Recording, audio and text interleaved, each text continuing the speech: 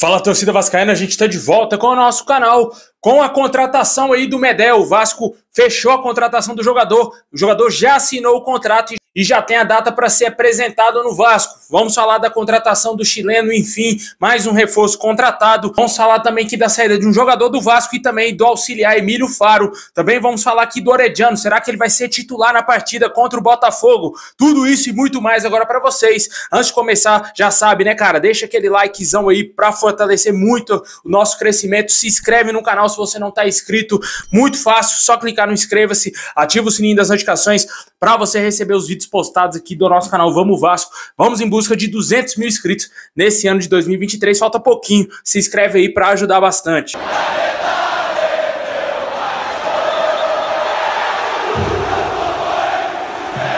Bom, pessoal, o Vasco que vai jogar contra o Botafogo no próximo domingo, às 4 horas da tarde. Muito possivelmente esse jogo deverá ter transmissão da Rede Globo. Ainda não está confirmado, mas eu acredito que deverá ter sim a transmissão, já que o Botafogo é o líder da competição e vai enfrentar o Vasco. Tem um clássico aí carioca e a gente espera que o Vasco consiga fazer um bom resultado nesse jogo. Para ressaltar que o Vasco terá alguns desfalques para essa partida.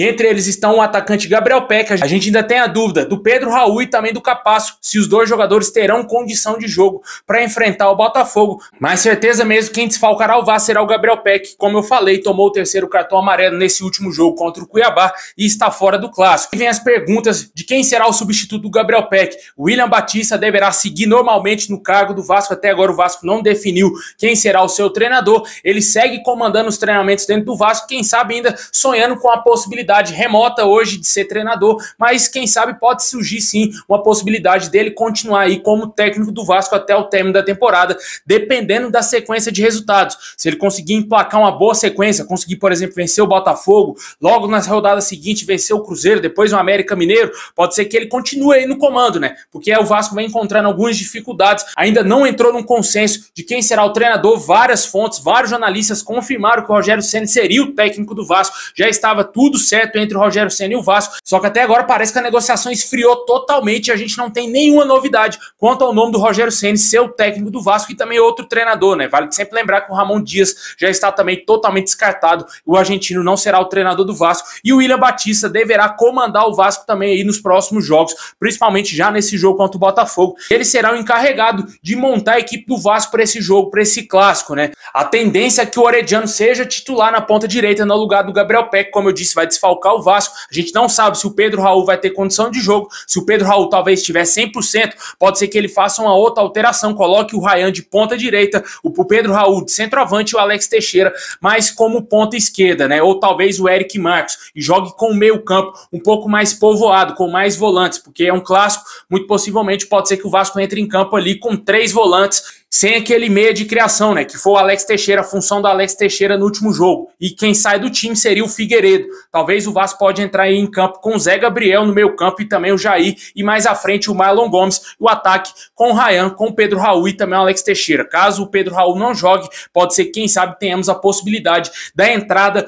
do Orediano como ponta direita. Ou talvez ele colocar o Alex Teixeira como 9 e também na ponta esquerda manter o Figueiredo e na ponta direita colocar o Ryan. Essas são as possibilidades. Essa semana devemos ter novidades do esboço de como ficará o time do Vasco para essa partida muito importante de domingo. E para você, torcedor, quem deve ser o substituto ideal do Gabriel Peck? Se você daria uma nova chance ao garoto Orediano, que até agora não mostrou que veio, né? Contratação de peso. O Vasco gastou muita grana nesse jogador e até agora parece que ele não se adaptou ao futebol brasileiro, não conseguiu melhorar fisicamente, tá muito mal fisicamente e não consegue jogar, né, cara? Que é o principal. Ele não entra em campo sequer, nem no segundo tempo o cara vem tendo oportunidade.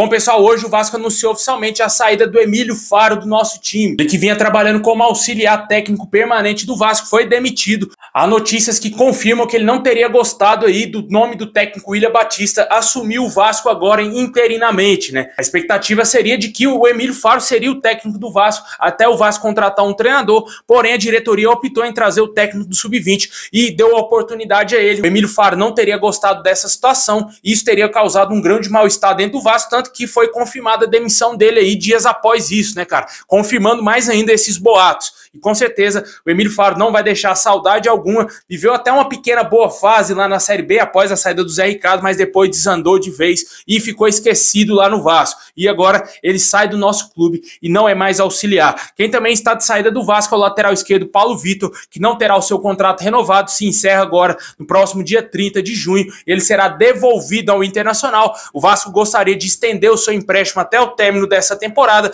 porém o Internacional só aceita vender o jogador e o Vasco não tem interesse em comprar o Paulo Vitor e ele voltará ao Internacional. Essas são as saídas do Vasco, mais saídas deverão acontecer em breve e a gente fica aqui no aguardo. Assim que tiver informações, vamos trazer aqui no nosso canal.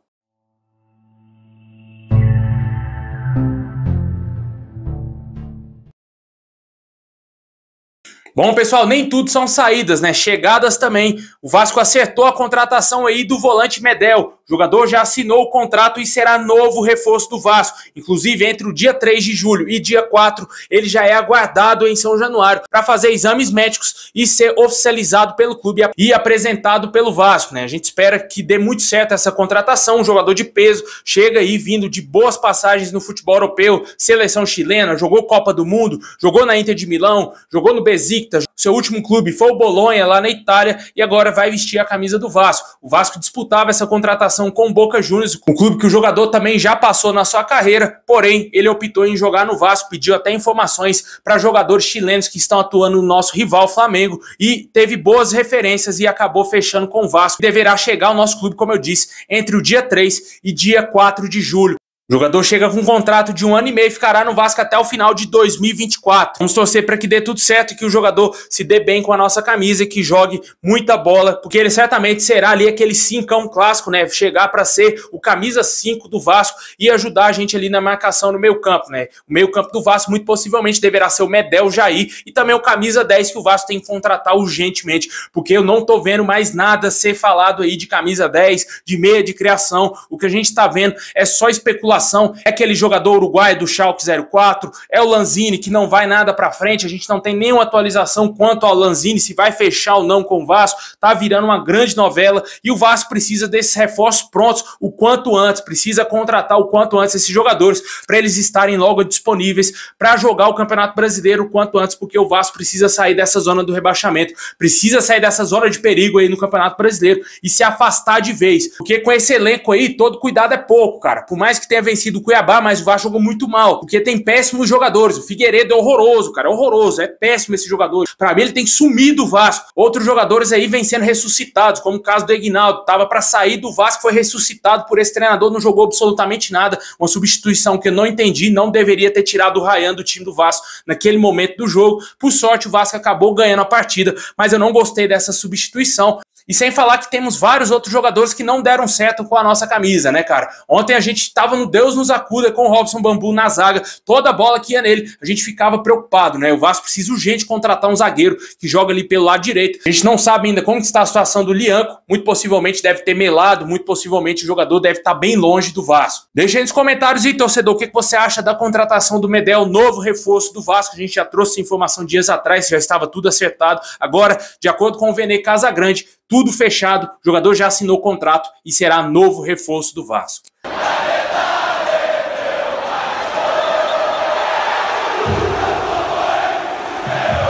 É isso aí, pessoal. Muito obrigado por ter assistido até o final. Deixa o like, se inscreve aí no nosso canal, ativa o sininho das notificações. Tamo junto. Saudação vascaína a todos e é nóis.